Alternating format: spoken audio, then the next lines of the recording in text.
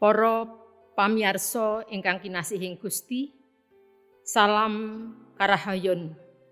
Mugi sih rahmat lan tentrem rahayu saking Gusti Allah kita, dalah Gusti kita Yesus Kristus, tuwin Sang Roh Suci nunggila ing kita sadaya. Sugeng pepanggihan kalian kula Siti Endarsih saking GKJ Wonogiri Utara, Klasis Wonogiri. Sumangga ing wekdal menika kita sesarengan badhe mirengaken sabda pangandikanipun Gusti lumantar panyuraos sabda winedhar dinten menika Minggu Surya ingkang kaping 6 wulan April warsa 2020. Minggu Prapaskah ingkang kaping gangsal. Dene waosan pangandikanipun Gusti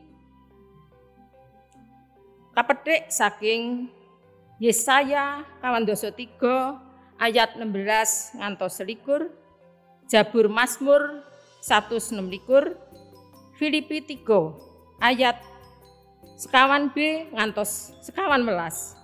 Kalajengaken kitab Injil Yohanes 12 ayat ingkang kaping 1 ngantos kaping 8.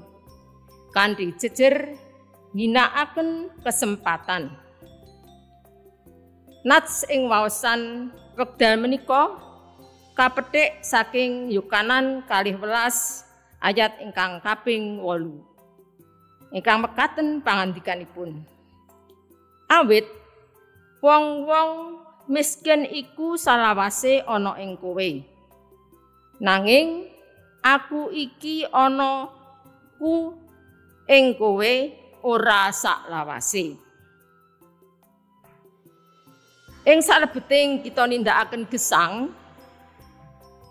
kala mangsanipun kita nate ngende-ngende nindakaken padamelan ingkang kedah kita rampungaken utawi menunda-nunda suatu pekerjaan yang harus kita selesaikan.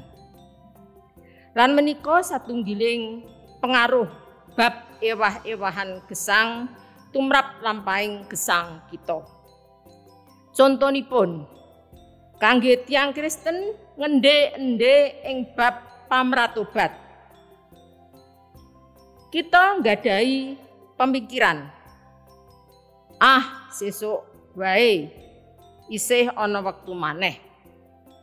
Kamangka wekdal menika kagunganipun Gusti ingkang sami boten mangertos menapa ingkang badhe kedadosan.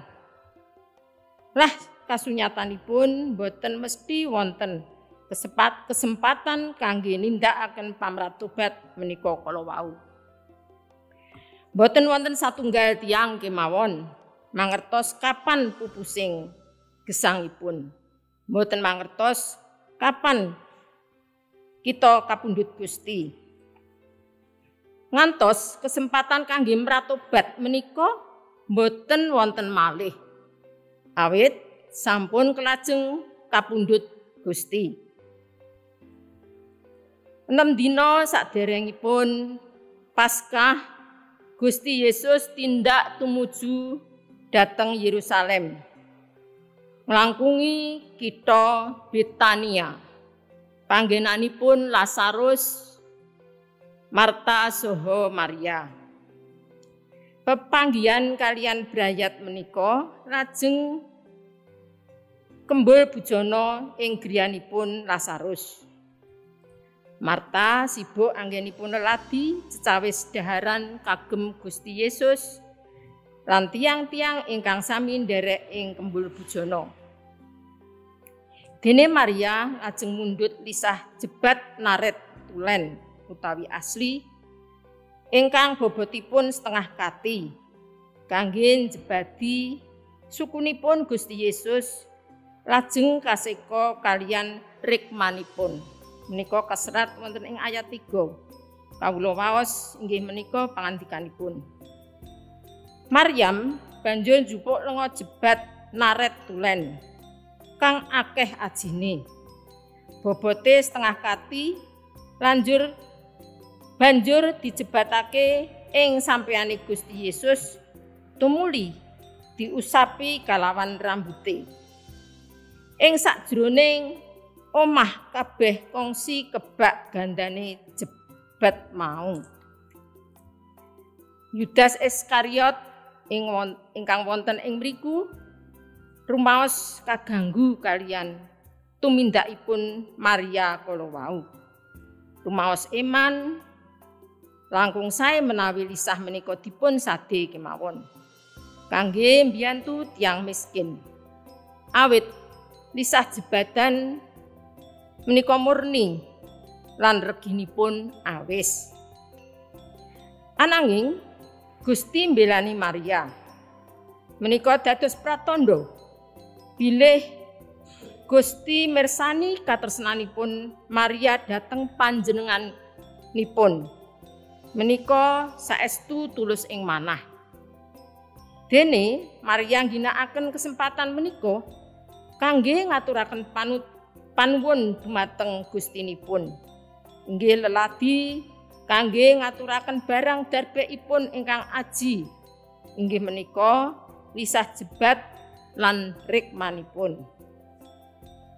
Para pamirsa ingkang kinasihan ing Gusti, sinau saking sikeping Maria, sumangga kita ugi ngladi diri supados mboten remen ngende-ende kangge nindakaken perkawis ingkang utawi penting. Kita kedah wicaksana ginakaken kalodhangan wekdal ingkang wonten kangge mratobat antawisipun ngewah-ewahi diri supados gesang langkung sae. Leladi dhateng Gusti nandukaken katresnan dhateng sesami kita. Awit dereng tamtu bilih kalodhangan menika kaparingaken malih ing gesang kita. Lajeng kados pundi kita? Sumangga sami niti priksa kita piyambak-piyambak. Gusti tansah berkahi. Amin.